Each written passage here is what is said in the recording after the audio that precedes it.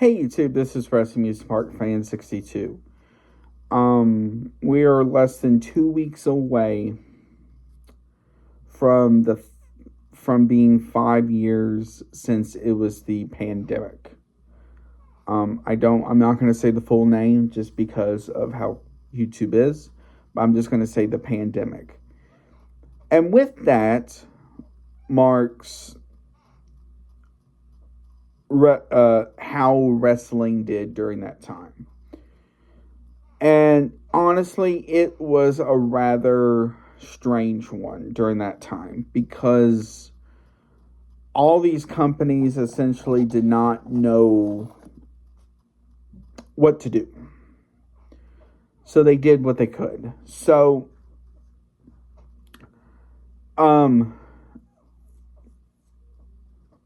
on March 13th, which was a Friday, I believe it was the first SmackDown during this, and this was right as it was okay during that time, but cities were at the point where they were starting to shut down everything, not knowing what is to come.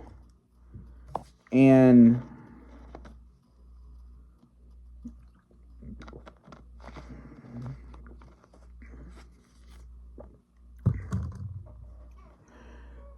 so this was during the time where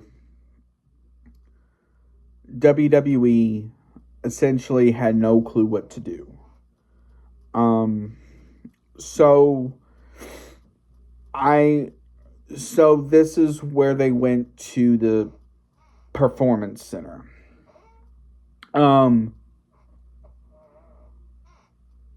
And had Raw and SmackDown at the Performance Center. And during this time, it was rather odd because it really wasn't until around WrestleMania of that year, or I think it may have been Backlash, when we started to get at least some people in attendance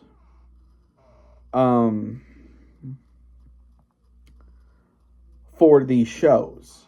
And so they were, doing stuff like banging on the fiberglass, and not fiberglass, but plexiglass and stuff like that, to make it at least sound somewhat realistic as a normal arena. And if you go on to Peacock or Netflix outside of the US and you go back and look at the Pandemic wrestling, it's just rather weird because when a performer would come out, you would just hear their music and that is it.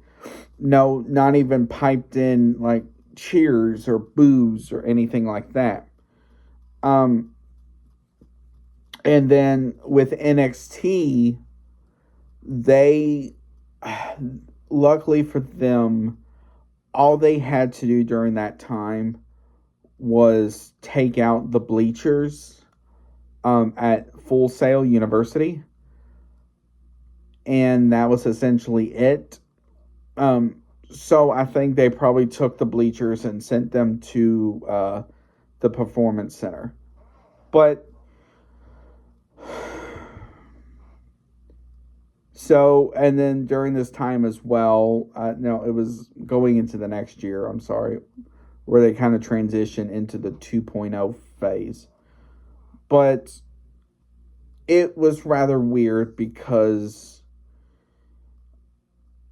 when you would see it and they would come out, it would just be dead silence. There would be like not even a piped in cheer. Now with WWE's competitor, All Elite Wrestling, or AEW for short, they had their weekly show on March 17th, St. Patrick's Day. So this one, luckily, they had it at a place that the Khans owned, which was Daly's place, which by the looks of it looks like a small amphitheater type of place. So at first, for several months, they had just some of the other wrestlers standing in the crowd, making noises and stuff like that for it. And it it showed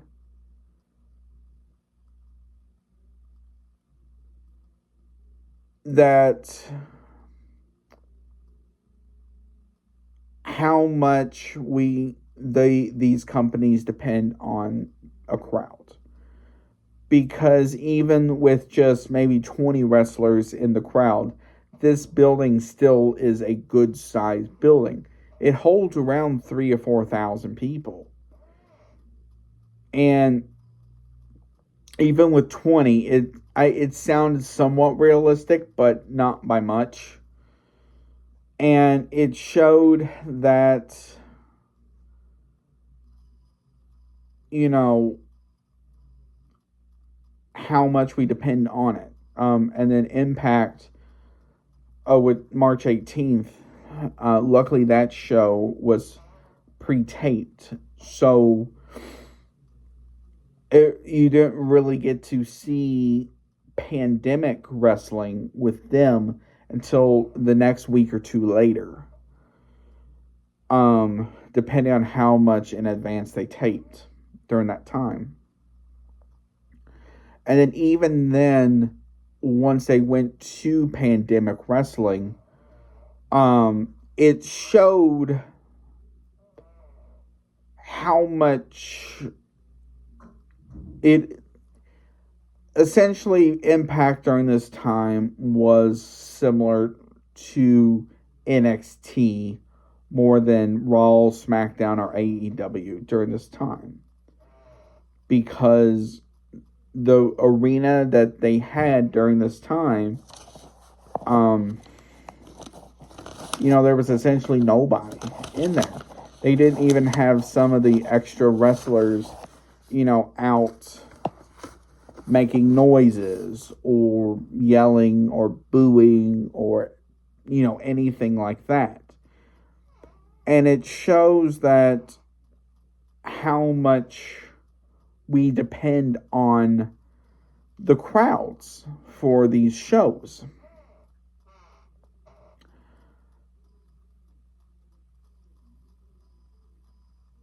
And it showed, and for that several months, or actually more like a little over a year, how much these companies depend on, the WWE Universe or AEW fans or whatever. And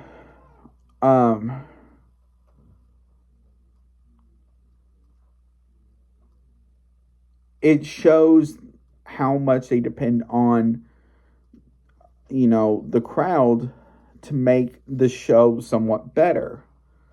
And with WWE, once they went to the Thunderdome a few months later, right before SummerSlam, it was somewhat better during this time because,